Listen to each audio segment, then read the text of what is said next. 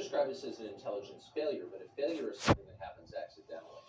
None of the intelligence that was coming up talking about the storming of the Capitol and killing members of Congress or killing my police officers was ever discussed at the conference calls that I was on, at least. That doesn't seem to make sense at all. It doesn't make sense. I'm looking at my men and women having their asses handed to them, and my first thought was, fuck it, I will take whatever discipline there is. Once things got out of control, for 71 minutes, Pelosi refused to allow you to bring in the National Guard. Why don't we have answers? It doesn't seem like people really want to get to the bottom of it, and it gets worse from there.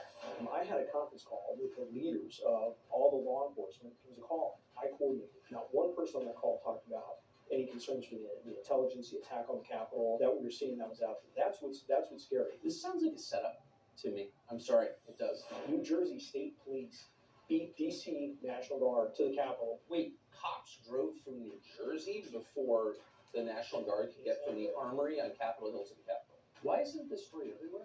I have no idea. If you wanted to understand what happened on January 6, 2021 at the U.S. Capitol, one of the first people you'd talk to, maybe the first, would be Stephen Sun. Sun was the chief of Capitol Police that day. He knew more about what happened than virtually anyone else in the United States. And yet congressional investigators weren't interested in talking to him. The media, not interested in talking to him. But we were. So earlier this year, we did a long sit-down interview with Stephen Sun about January 6th. That interview was set to air on April 24th of this year, and it never did. We don't own that tape, so we can't show it to you. So instead, we invited Stephen Sun back to explain what he saw and experienced that day. What he has to say is shocking. We recommend you watch. Mr. Sun, thank you very much for coming back. Thank you for having me, Dave. So, I want to start with the days before January 6th, 2021. It was commonly known there was going to be a demonstration, or believers would be a demonstration in front of the Capitol that day. You were the chief of Capitol Police, you're in charge of security at the Capitol. So it would seem logical that you would have the most intelligence, the most up-to-date, most accurate intelligence about what was likely to happen that day, because you're consulting with all kinds of other agencies, intel agencies, law enforcement agencies, lots of federal agencies. But it doesn't sound like you did have information about what was going to happen. You're absolutely correct. I mean, what we've learned that it was out there at the time versus what we had coming into it, night and day. And when you talk about the intelligence agency, I have my own intelligence agency up at Capitol Police, IICD, Interagency Intelligence Coordination Division. Yes. That coordinates with the other intelligence agencies. And now, we're seeing the intelligence I was getting coming into it was indicating this was going to be just like the previous MAGA rallies, the November and December rallies that we had, where we had limited skirmishes. We had some skirmishes afterwards down by BLM Plaza with some of the Antifa groups and some of the BLM groups. But coming into it, absolutely zero with the intelligence that we know now existed, talking about attacking the Capitol, killing my police officers, attacking members of Congress and killing members of Congress. None of that was included in the intelligence coming up to That you received. Correct. But others received that intelligence. Well, we now know FBI, DHS was swimming in that intelligence. We also know now that the military seemed to have some very concerning intelligence as well.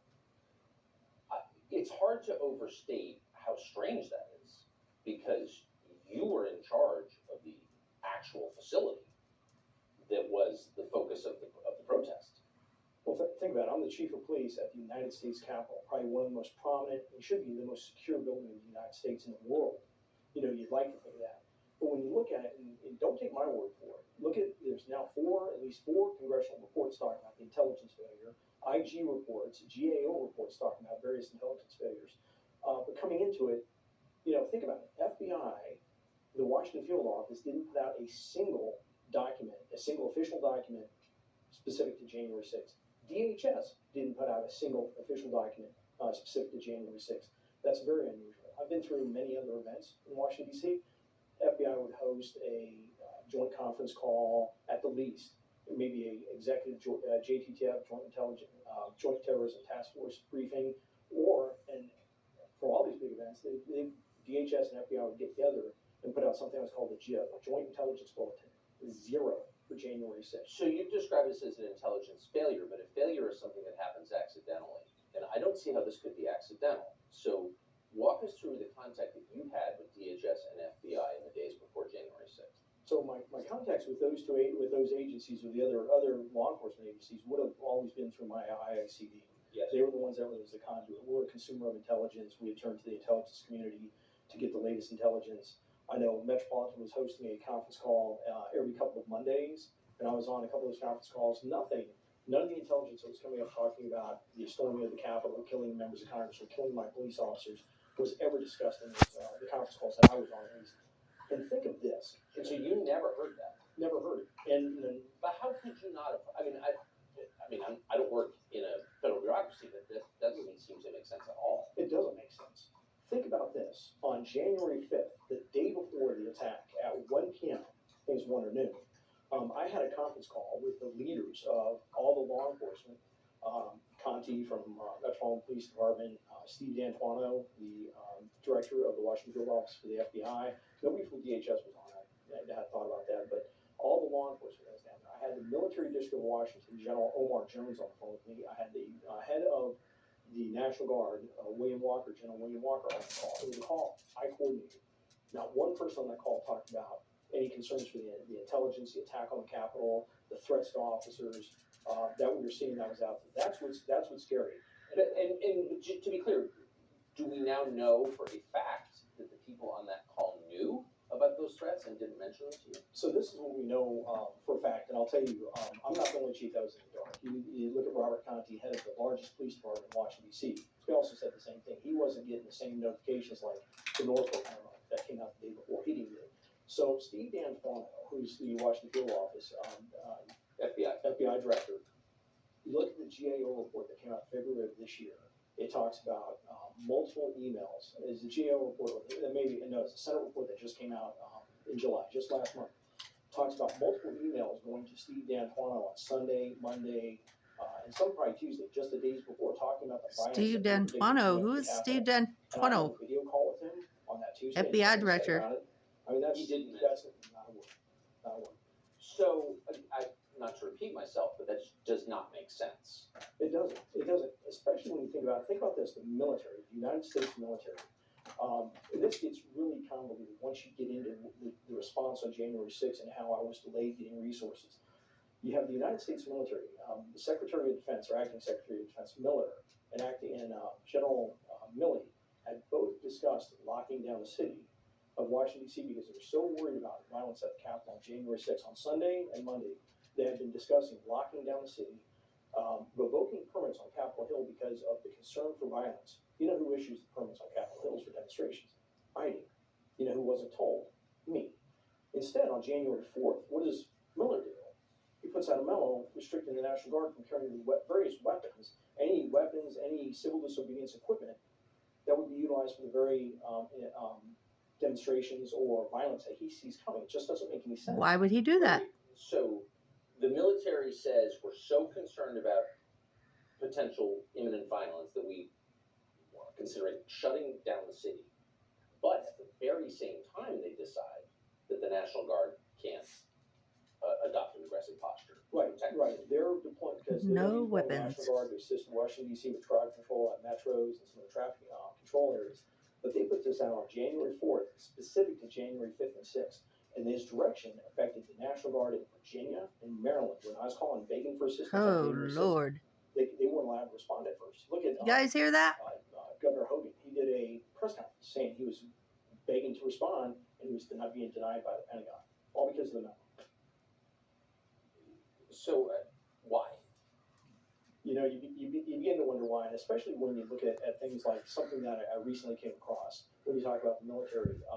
General Milley, we're now finding out, and it's not from me. This is from Carolyn, investigative reporter from Washington Post, has found that he was using data miner on his own, coming across intelligence. Tell us what data miner is. So data miner is an intelligence platform. It's not something your average citizen would have on their computer. I guess it goes in and does crawling across webs. I'm not really sure how it works. Yes. But it's not it's an intelligence platform. He's picking up intelligence talking about killing members of Congress and attacking the United States Capitol. Killing members of Congress and attacking. I mean, Carol Lennig writes about it in her book. So General Milley is a murderer. Because as the chief of police, there's a duty to warn there, and I should be told so I can take the necessary action. I don't know who else he was telling, but he sure wasn't telling me. Again, what could possibly be the explanation for that? You know, I'm not really sure. You know, people. But you've done this for over 30 years. You're very familiar. You've been in law enforcement in D.C. specifically for over 30 years. So you know how the city runs. You know the federal agencies respond to protests. This is not the first violent protest. Not at all. There have been many. I've done many national special security events, and this was handled differently. No, the intelligence, no jib, no coordination, no discussion in advance. It's almost like they wanted it to be watered down, the intelligence to be watered down for some reason. I talked about a little bit in the book that maybe they were concerned for the Trump invoking the Insurrection Act, and they're worried about that. But I've had people, there's those other, thoughts out there. But luckily we still have people investigating this because I still think there's puzzle pieces missing. Oh yeah, there's puzzle pieces missing, Mr. Stevenson. I hope you get to see my video when I post it, because there are definitely pieces missing that you need to hear about. As you just said, this was very different. They've been trying to keep it quiet for quite some time. By the intelligence, I'd say one by the intelligence agency, two by the military. So the reason why I say the military, think of this.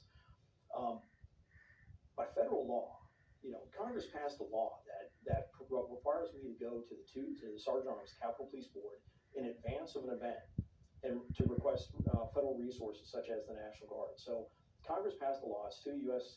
Code 1970. Look it up. Just make sure you look it up before December 22 when they changed it. So what was in effect on the 6th?